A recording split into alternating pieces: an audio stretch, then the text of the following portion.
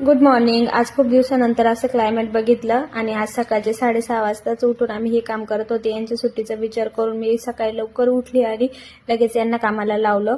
त्यानंतर यांना काहीच जमत नव्हतं आणि मग मी सगळं सांगत होते, असं नाही असं करायचं. शेवटी मोठ्या माणसांचा फरकच पडतो, काम सांगितल्यानंतर व्यवस्थितच करणं. त्यानंतर मग हा सोफा इकडे सरकवलेला होता आणि मी तो लुटायचा ट्राय केला. नंतर विचार केला, अरे आपण लग्न केलेलं आहे. मग सांगितलं यांना आणि काय इथं बघितलं का चप्पलचे किती जोड पडलेले होते, माझ्यापेक्षा यांचेच जास्त होते. त्यानंतर ते देवघराचं एका साईडला झालं होतं आणि मग ते काढून घेतलं. त्यानंतर फ्रेश झाली आणि चहा पिला. त्यानंतर केस विंचरले आणि बघा मी क्लच कुठं शोधते. क्लच माझ्या टी शर्टला लागलेला.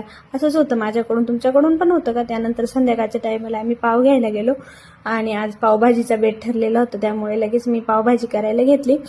माझ्याकडे फक्त पोटॅटो आणि फ्लावर होते, त्यामुळे मी ते दोघंच शिजवून घेतलं आणि स्मॅश करून घेतलं आणि त्यानंतर मग कढईमध्ये तेल टाकून कांदा टाकून परतून घेतला. कांदा थोडासा रेड होईपर्यंत परतून घेतला आणि त्यानंतर मग टोमॅटो पण टाकून दिले. त्यानंतर मग आलं लसूणची पेस्ट पण टाकून दिलेली होती. थोडंसं तेल सोडेपर्यंत परतून घेतलं आणि त्यानंतर आपली लाल मिरची टाकली आणि त्यानंतर पावभाजी मसाला टाकला. बस इतकंच टाकलेलं होतं, सिंपल करायची होती त्यामुळे. आणि नंतर ज्या भाज्या मॅश केलेल्या होत्या त्या टाकून घेतल्या, परतून घेतलं आणि त्यानंतर मग गरम केलेलं पाणी टाकून घेतलं. थोड्या वेळ उकळून घेतली आणि बघू शकता भाजी अशी झालेली होती आणि टेस्टला खूप छान झालेली होती. चला